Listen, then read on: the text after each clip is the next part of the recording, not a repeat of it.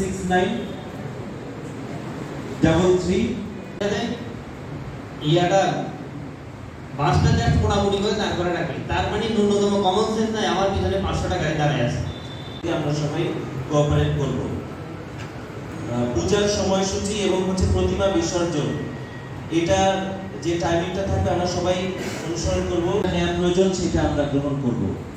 সবাই একসাথে কাজ করব এবং সর্বোচ্চ শাস্তি বিধান করার জন্য যা যা প্রয়োগ করার প্রয়োজন সেটা আমরা করব।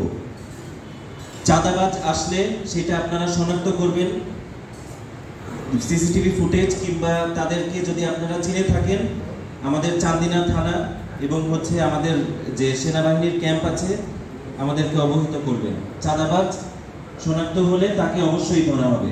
ধন্যবাদ আমাকে ইনভাইট করার জন্য। ইনশাআল্লাহ আপনাদের পাশে আছি গত 1 বছরের বেশি সময় ধরে। গতবার ভেবেছিলাম হয়তোবা আমাদের দ্রুত ব্যারাকে ফেরত যেতে হবে, কিন্তু এটা আমাদের দেশেরই চাহিদা যে আমরা সবাই একসাথে কাঁধে কাঁধ মিলে কাজ করার সুযোগ পাচ্ছি।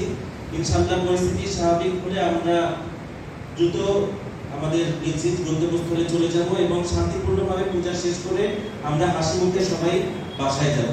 সবাইকে অসংখ্য ধন্যবাদ। আসসালামু আলাইকুম।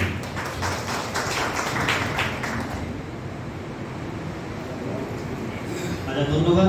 বিশ্লেষণ করবো, আমাদের ক্যাম্পেও একটা ফিড নেওয়া হবে। এমটিএমসি থেকে এবার পূজার অ্যাপের কোনো কিছু দিয়েছে কিনা সেটা আমি বলতে পারছি না, সম্ভবত একটা পূজার অ্যাপ আসার কথা এবং সেখানে এবার আসে নাই। যদি এসে থাকে তাহলে আপনারা লিংক পেয়ে যাবেন। সকল গণ্যমান্য ব্যক্তিবর্গ, পূজা কমিটির সদস্য এবং আমরা উপজেলায় যারা আছি সবাই আমরা ওই অ্যাপে কানেক্টেড হয়ে যাব এবং হোয়াটসঅ্যাপ গ্রুপ যেটা হবে সেটাতেও আমরা কানেক্টেড হয়ে যাব।